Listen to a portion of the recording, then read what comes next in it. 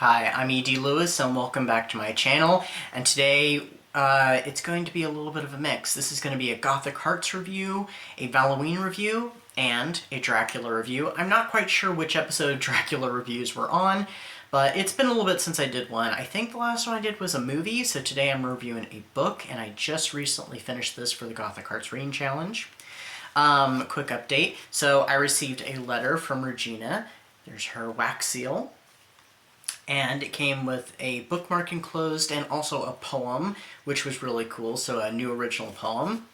Also yesterday I prepared and shared on social media my Gothic literature inspired drink for the prompt. I forget what that prompt is called, but it's the one where you make a dish or a drink inspired off Gothic literature. I chose Dracula, of course, and so I'll pop a picture of that up on the screen. I was actually getting ready to watch a movie, which was Coppola's Dracula, a rewatch for me, of course.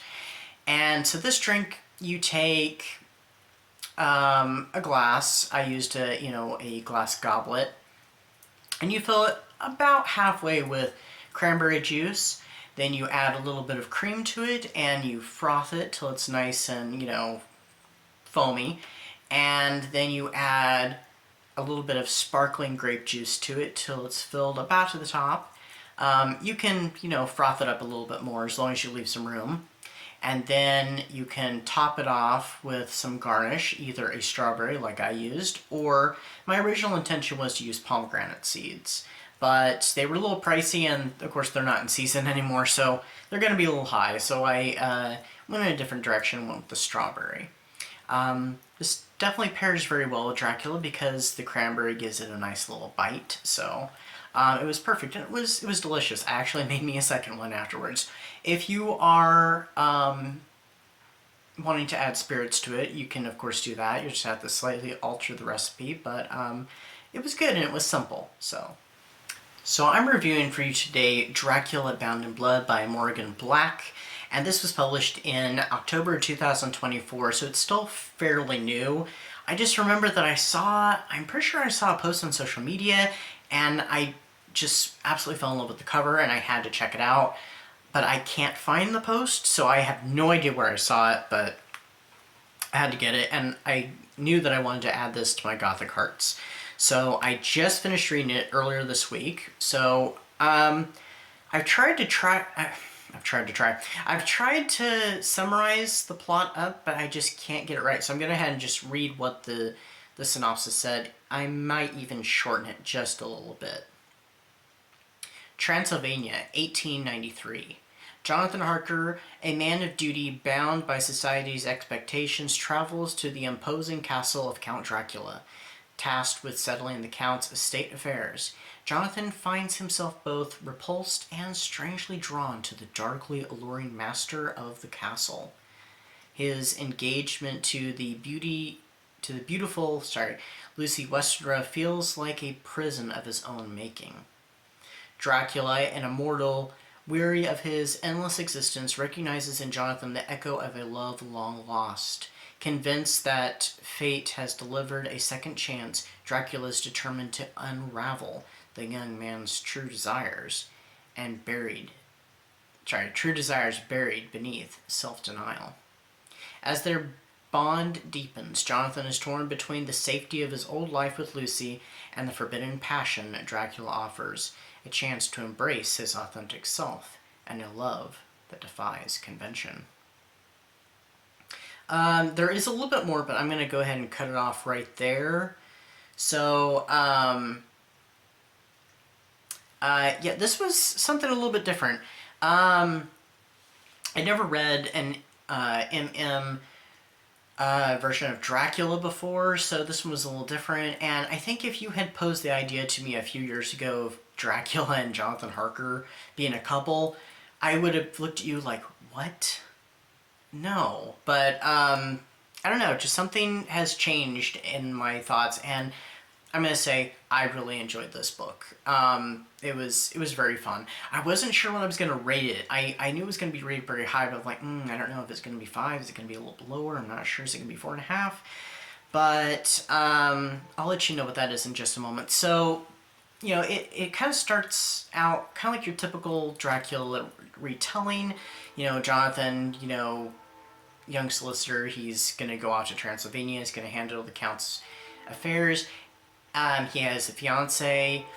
We get a few characters from the original novel, Lucy, of course, Dracula, and Jonathan Harker, and there are a couple other characters, but most of the characters in the book are completely new.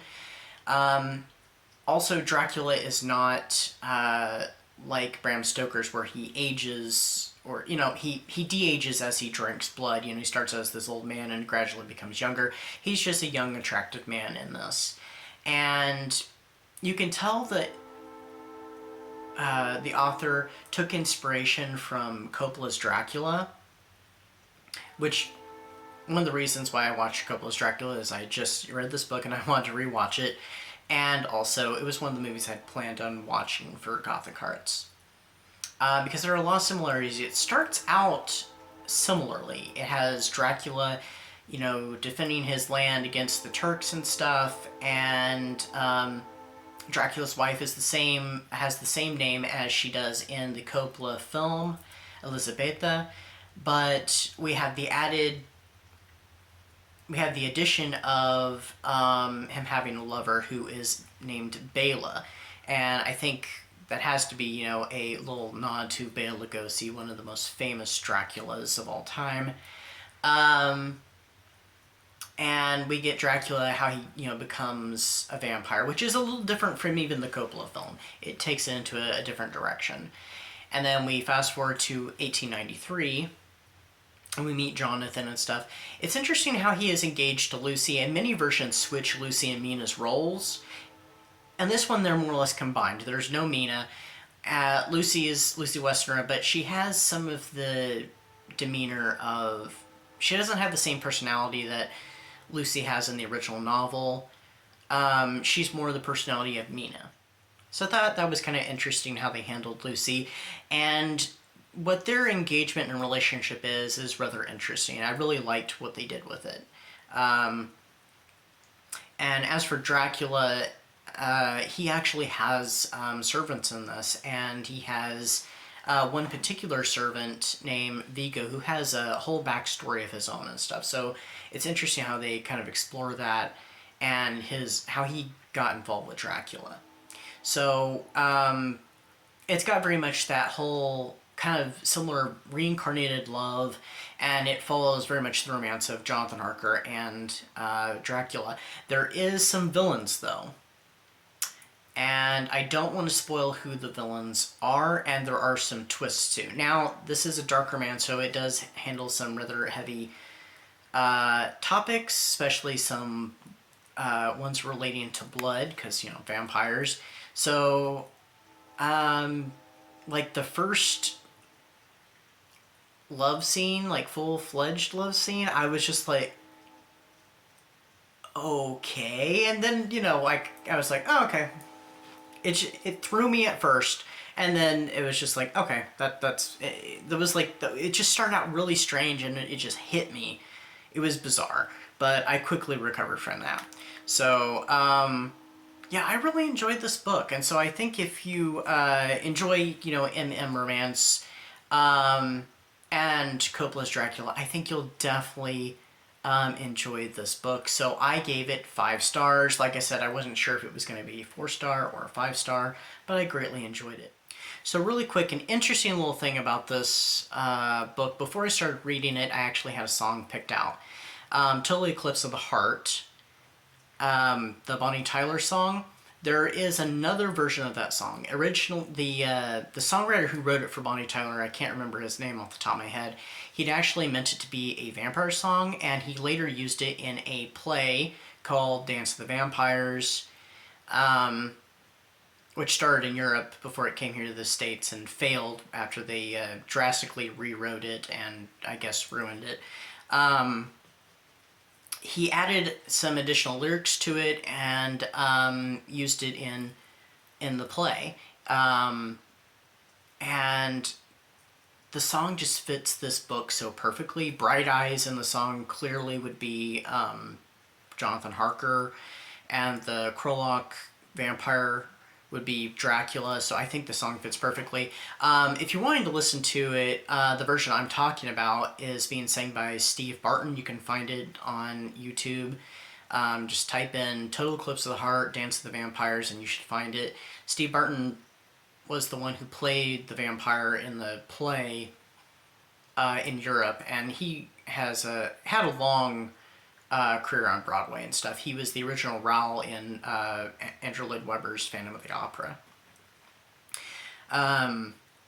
So check that song out. That song works perfectly with this. The only thing I would change is the part where it mentions a woman and free. I would change for Jonathan's case to be wanton and free, and I think it fits perfectly. But yeah. So now every time I hear that song, I'm going to think of this book. So anyway, that is my review for you. I hope everybody's having a great Gothic Hearts, and I will see you soon with a brand new video. Until next time, stay safe, stay spooky, and happy Halloween. Bye-bye.